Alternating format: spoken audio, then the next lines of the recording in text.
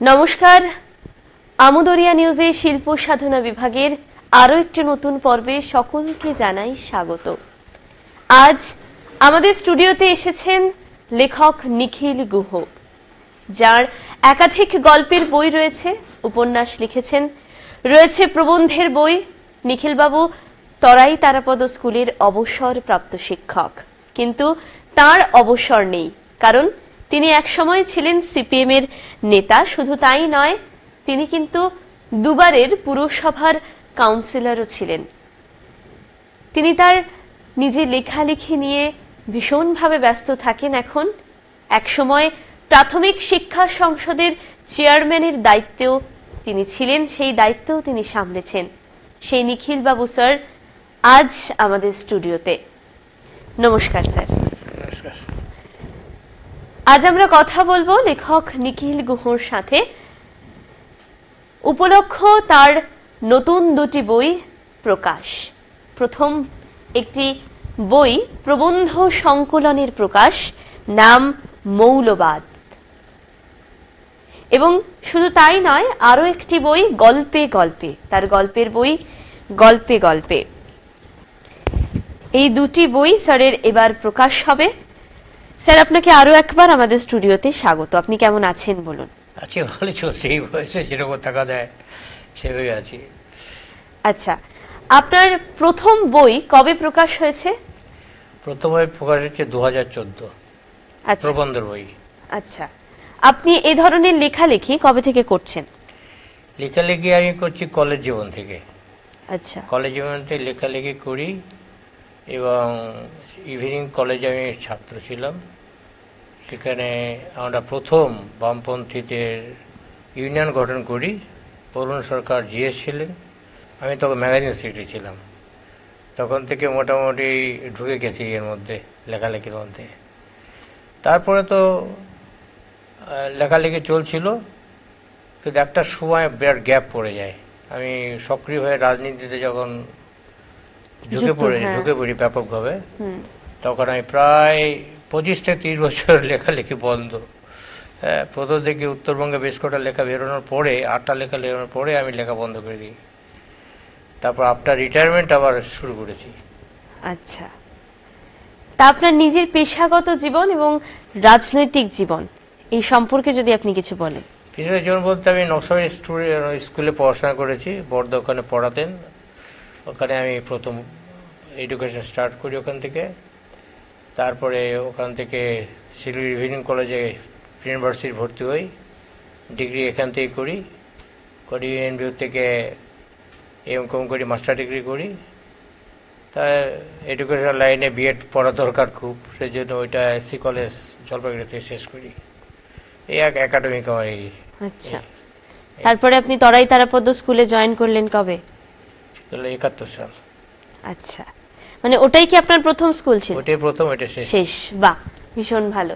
আর রাজনৈতিক জীবন সম্পর্কে যদি কিছু বলেন। রাজনৈতিক জীবন সম্পর্কে অ্যাকচুয়ালি আমি যখন নকশাল স্কুলে পড়ি, তখন সারা ভারতবর্ষে একটা আন্দোলন চলছিল, ভাষা আন্দোলন।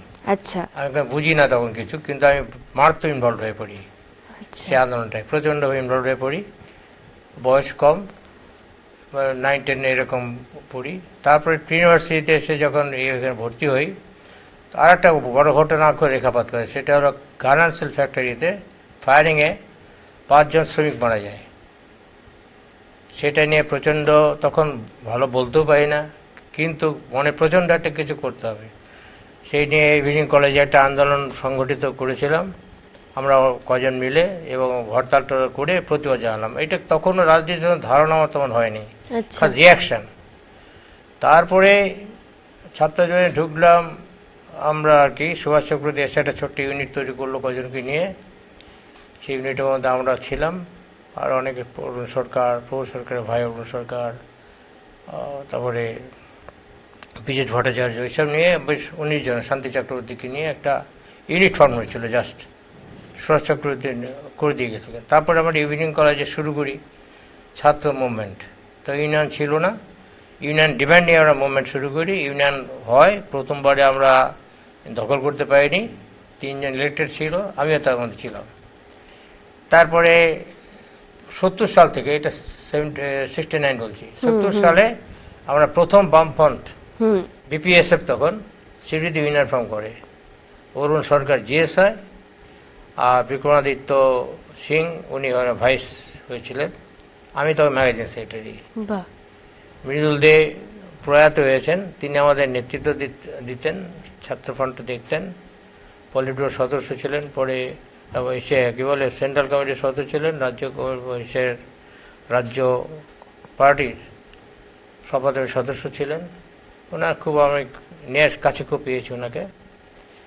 তারপরে 70-তে আবার ইলেকশন হলো, সেইবার ইলেকশন হলো কানাই ভরচা, তো আমাদের অনেকে চেনে, টেরিটরিয়াল করতেন, তার সাথে উনি জিএস হলেন, আমি ভাইস প্রেসিডেন্ট হিসেবে ইলেক্টেড হলাম। এই ছাত্র রাজনীতি থেকে আস্তে আস্তে পার্টিতে আমার আসা। পার্টি যখন যে দায়িত্ব দিচ্ছে সেই দায়িত্ব পালন করেছেন একদম। দুবার আমি ইলেক্টেড, আমার নমিনেশন দিয়েছে, দুবার জিতেছি, আবার একবার হেরেছি, সবই আছে অভিজ্ঞতার মধ্যে মিলেমিশে। একদম। এবারে একটু বইয়ের কথায় আসি।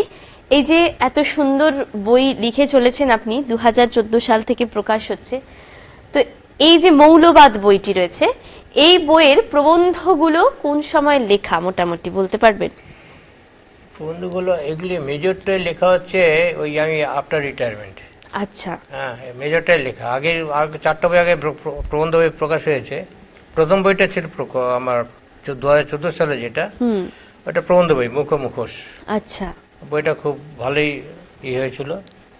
তারপরে আরও বই বেরোয়, কিন্তু এই প্রবন্ধগুলো আফটার রিটায়ারমেন্টে লেখা, বিভিন্ন কাগজে পাঠাতে দেখে লেখা ছাপাতে হয়। আসলে আমি ধরে নিয়েছিলাম যে আমার লেখা এটা চলে গেছে, হ্যাঁ, এতদিন ধরে লিখি না, 25 বছর ধরে, হ্যাঁ, লিখতে পারবো। তারপর একটা লেখা যে পাঠালাম, ছাপা হয়ে গেল। আচ্ছা, ইন্সপিরেশন হলো যে না, এবার তাহলে আবার করা যায়। তারপরে চালু করলো, দেখে লেখা টুকটাক বেরোচ্ছে, এদিক ওদিক বিভিন্ন ম্যাগাজিনে, কাগজে বেরোচ্ছে, তার থেকে সাহস হলো। অ্যাকচুয়ালি আমার লেখা কাগজে বেরোনোর প্রথম কিন্তু আমার ইন্সপিরেশন দিয়েছে উত্তরবঙ্গ সংবাদ, আমাকে বলতে হবে এটা। হ্যাঁ, একদম। আমি তো খুবই অল্প বয়স, আমাকে একজন মাস্টারমশাই নিয়ে যে কিছু লেখা দিয়ে আসলো, হ্যাঁ, চিনি না, আমার কাগজ চেয়ে আমিও তাকে চিনি না, এইটাকে দিয়ে আসলো, দেখলাম নেক্সট সানডেতে আমার লেখা বেরিয়ে গেল। পরপর 8টা আর্টিকেল ওটা বের করলো আমার, সিরিয়ালি। কিন্তু তারপরেই আমার লেখা অ্যাকচুয়ালি ফর্মালি আমি বন্ধ করে দিলাম। আচ্ছা। হ্যাঁ, কারণ তা এত অন্য কাজে ব্যস্ত ছিলাম, ব্যস্ততার জন্য দিতে পারতাম না ঠিক এদিকে, এইসব স্কুল একদিকে, নানান বিষয় আর কি। তারপরে আবার শুরু করেছে আফটার রিটায়ারমেন্টের পর। একদম। এবারে বলি, মৌলবাদ বলতে আপনি আপনার ব্যক্তিগত উপলব্ধি ঠিক কি? আচ্ছা, মৌলবাদ, এটা একটা প্রশ্ন সকলের সামনে দেখা দেবে, আমি জানি। আমাদের একটা মৌলবাদের ধারণা আছে, ধর্মীয় মৌলবাদ।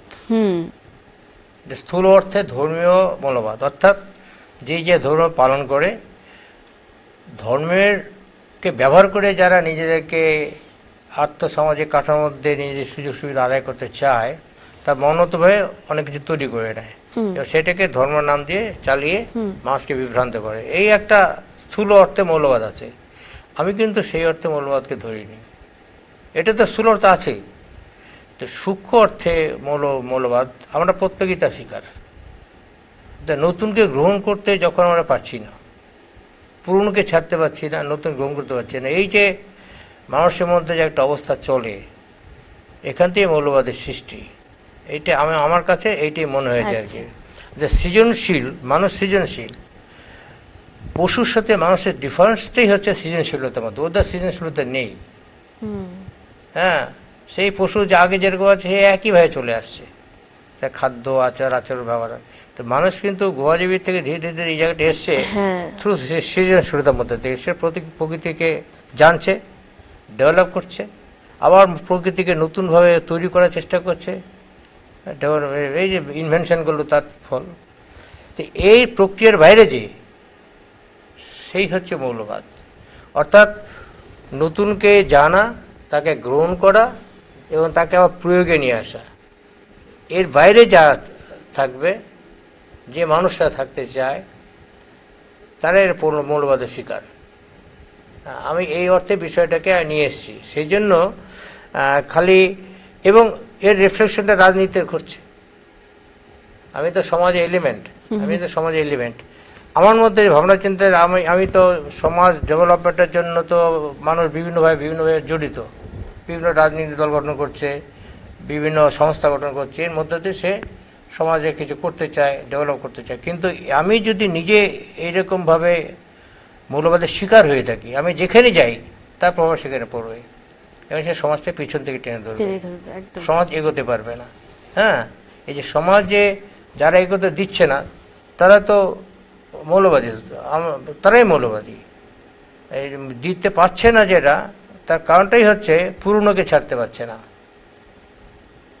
হ্যাঁ, আমার অনেকদিন একটা সুন্দর জামা আমি পরে অভ্যস্ত, 15 বছর হয়ে গেছে, কিন্তু আমি ছাড়তে পারছি না।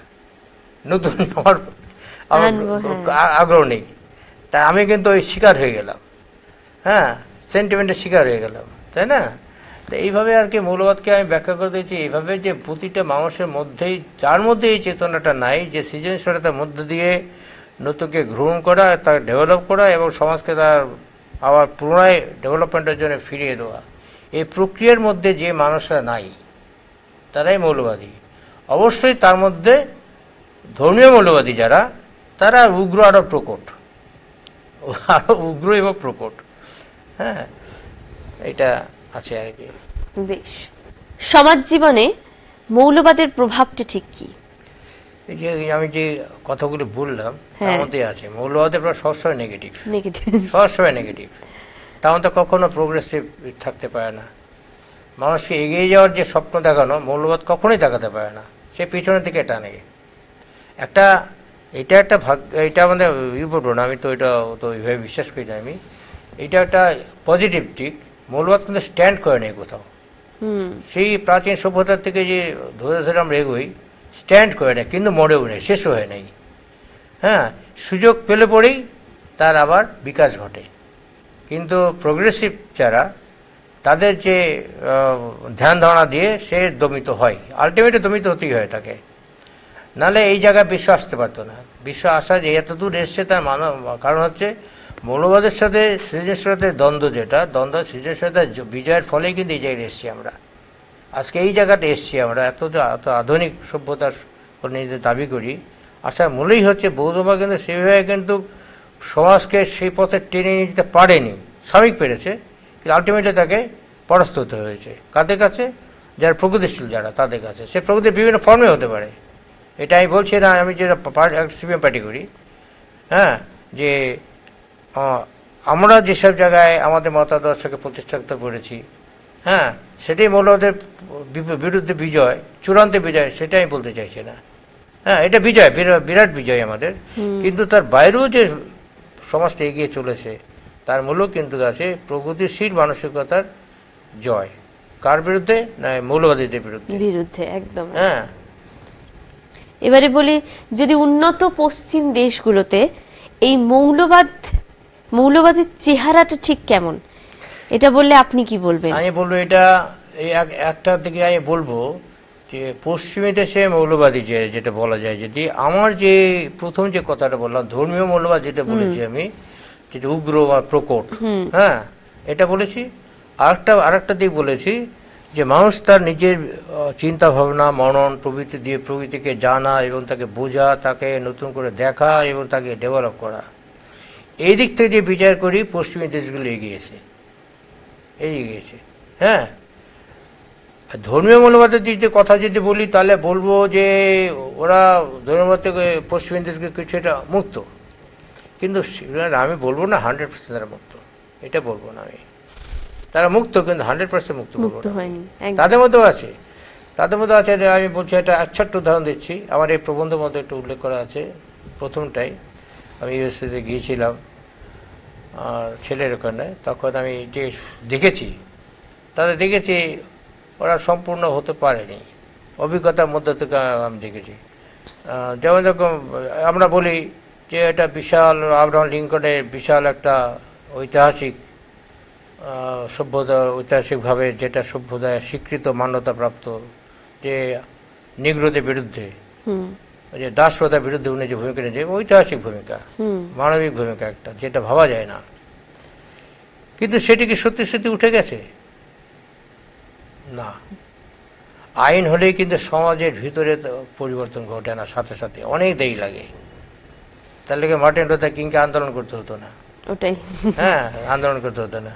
আমি সেখানে দেখেছি যে ওখানে যে আমি বুঝবার চেষ্টা করেছি, যে অল্প দিন ছিলাম, কিন্তু ওদের সাথে আমি একটু চেষ্টা করেছি ওদের জানবার।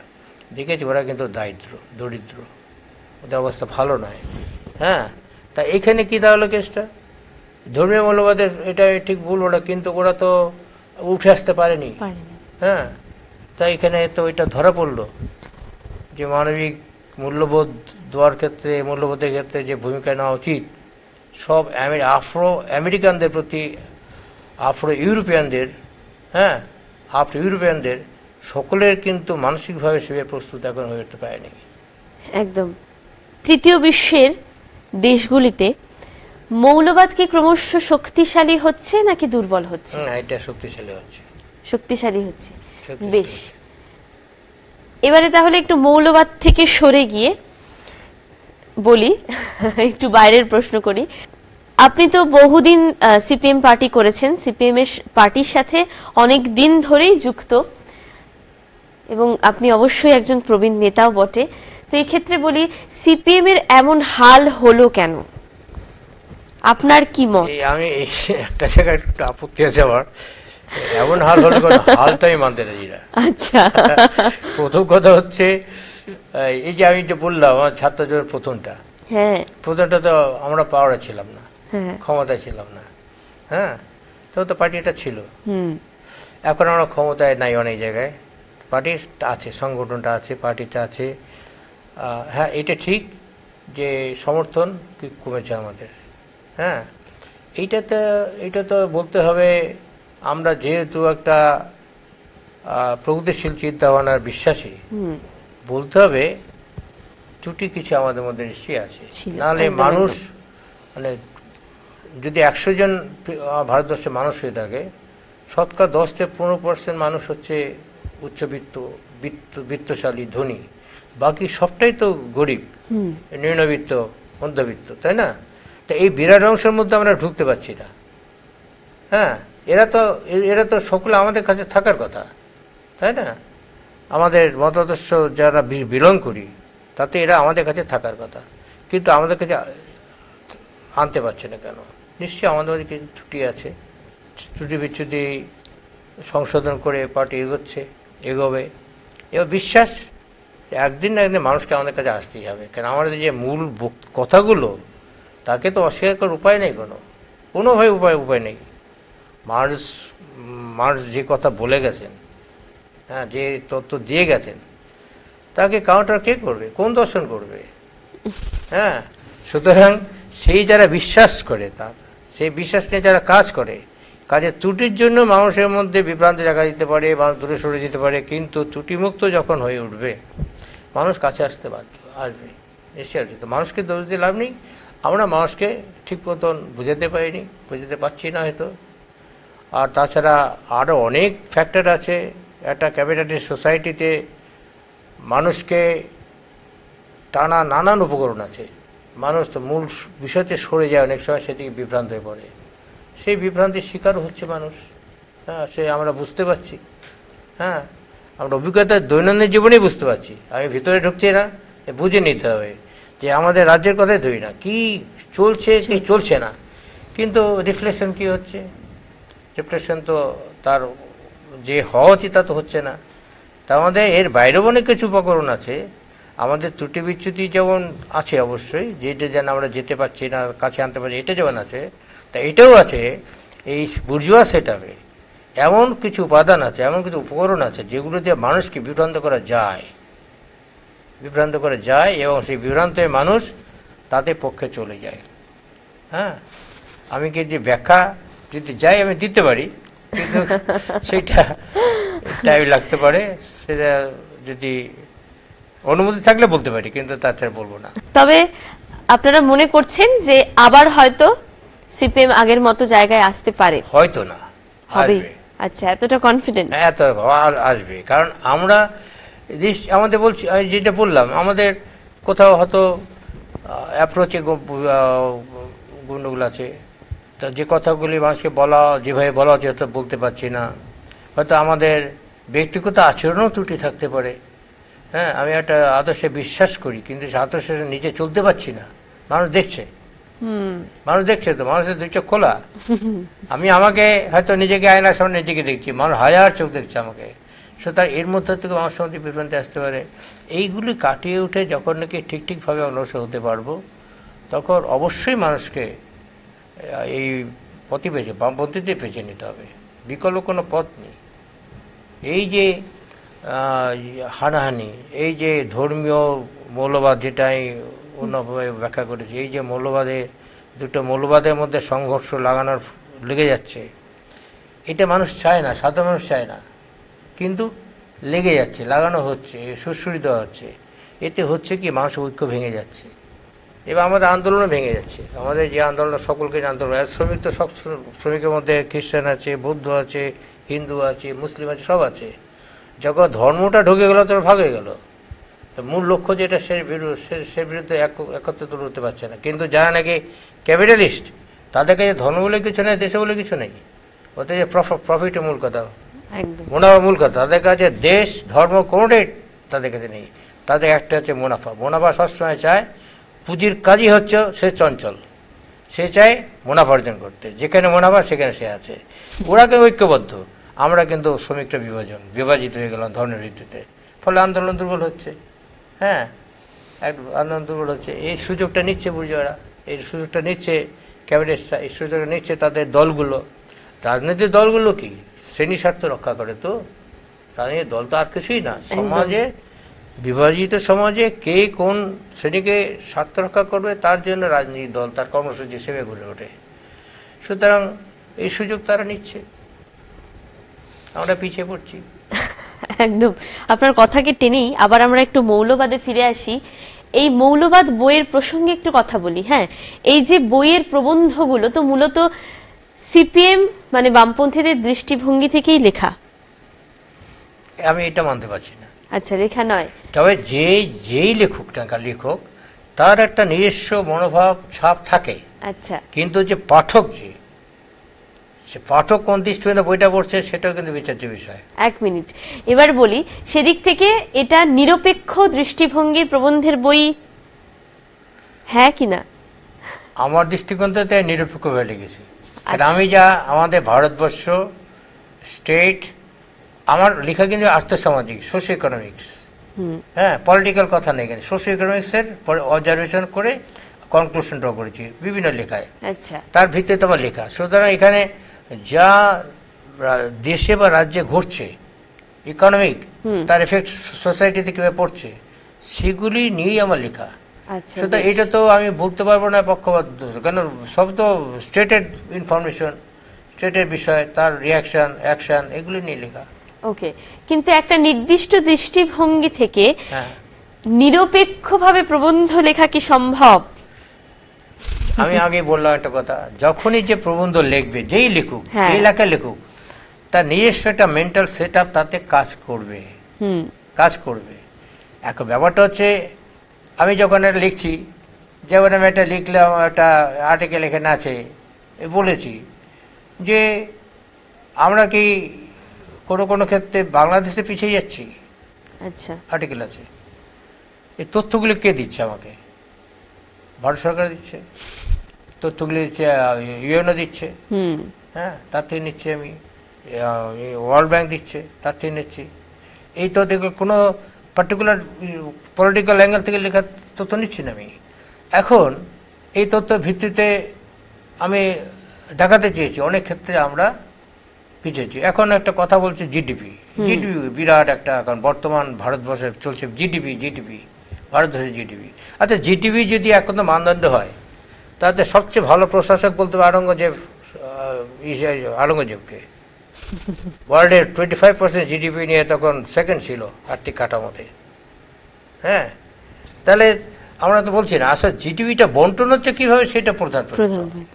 আমাদের জিডিপিটা, একজনের জিডিপির যে সিংহ অংশটা চলে যাচ্ছে 1%, 10% হাতে, আর বাকি হয়তো 10% যাচ্ছে বাকি 90% হাতে। তাহলে এইটাকে ভালো অর্থনীতি বলবো আমি? নিশ্চয়ই বলবো না। না, একদম। আচ্ছা, এইটা কি তাহলে আমার পক্ষপাত দুষ্ট হবে?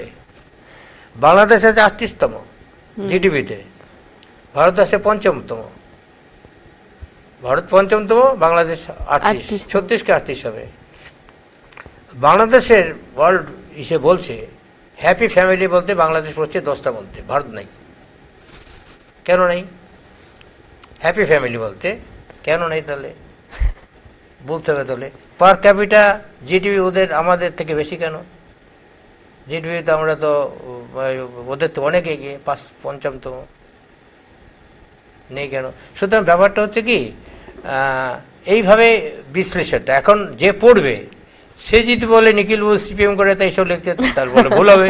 আমি তথ্যগুলো আমার বানানো না, এটা তো ওয়ার্ল্ড ব্যাংক, এটা ইসে মানে বিভিন্ন সমীক্ষা থেকে পাওয়া তথ্য। আর বিশ্লেষণটা আমি করছি, হ্যাঁ একেবারে ম্যান্ডাল সেট আমার আছে। আমি বলতে যাচ্ছি না আমরা সুখে নাই, ভারতবর্ষে খুব একটা সুখে নাই মেজর পার্সেন্ট। কারণ এখানে 50 মানে প্রায় 500%, 400 থেকে 500% ইনকাম বেড়েছে 2-3টা ফ্যামিলির মধ্যে কনসেন্ট্রেশন হয়ে গেছে। এই যে মার্কসের কথা, কনসেন্ট্রেশন অফ ক্যাপিটাল, মূলধনের কেন্দ্রীভবন, প্রফিটের মধ্যে দিয়ে মূলধন কেন্দ্রীভবন হচ্ছে। এই ভারতবর্ষের টোটাল পপুলেশনের মধ্যে তার মাত্র 1% হারে চলে গেছে 40 to 50%। আর 10% মধ্যে কিছু, তার নিচে তো কথাই নেই। সেই হিসাবে 10% উপর ধরবো আমি। টোটাল যা আমাদের প্রোডাকশন হচ্ছে, জিডিপি হচ্ছে, ইনকাম হচ্ছে, তার মেজর লায়ন শেয়ার চলে যাচ্ছে 10% হাতে। আরও যদি ছোট করে যাই 1% যদি চিন্তা করি, সেই নাম বলতে হয়, নাম বলছি না, যে তাদের হাতে টোটালটা। এই তো স্ট্যাটিস্টিক্স বলছে, এটা আমি বলছি না, এটা স্ট্যাটিস্টিক্স বলছে। সুতরাং এইটা যদি কেউ বলে নিখিলবাবু সিপিএম তাই এটা এইভাবে লিখেছে, তা আমি তো মানবো না, কারণ এটা তো আমার তৈরি তথ্য না। এই তথ্য তো আসছে এসের থেকে, ভারত গভর্নমেন্টের দেওয়া এবং ওয়ার্ল্ড ব্যাংক দেওয়া আর ইন্টারন্যাশনাল বিভিন্ন সমীক্ষার দেওয়া। একদম একদম। এবার একটু মৌলবাদ থেকে সরে আসি, সেই সঙ্গে কিন্তু আপনার এই গল্পে গল্পে বইটিও এবার প্রকাশ হচ্ছে। এই গল্পে গল্পে বই নিয়ে যদি কিছু বলেন।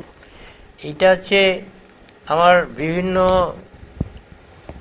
ইসেকে কেন্দ্র করে, হ্যাঁ, ছোট ছোট গল্প, যেমন নাকি এই যে মোড়ে আড্ডা মারে ছেলেমেয়েরা, আচ্ছা, হ্যাঁ, এরা কি সবই অমানবিক, সবই কি খারাপ?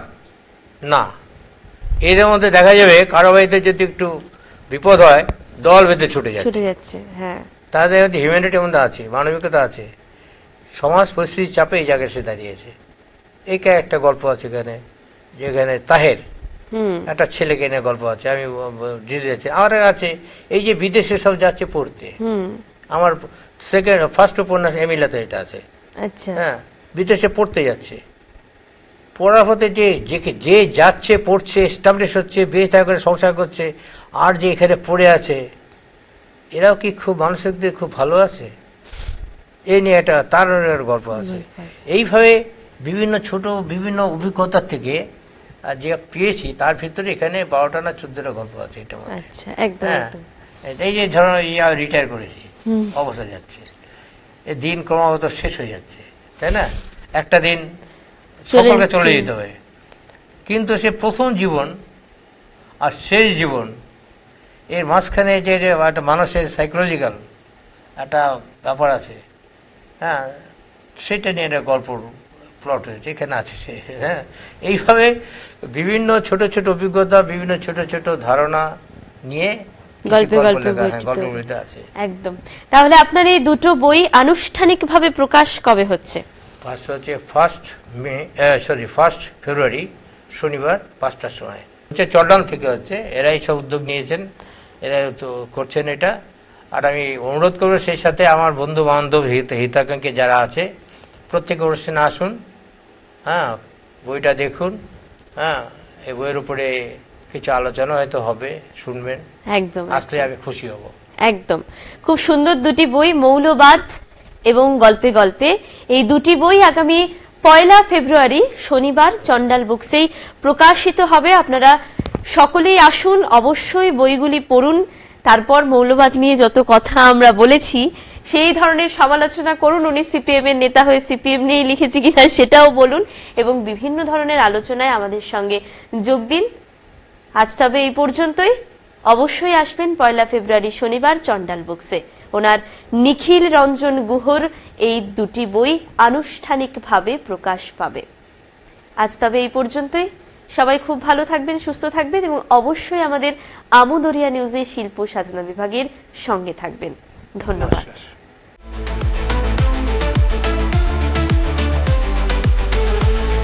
Amudoria News, Voice of the Marginal.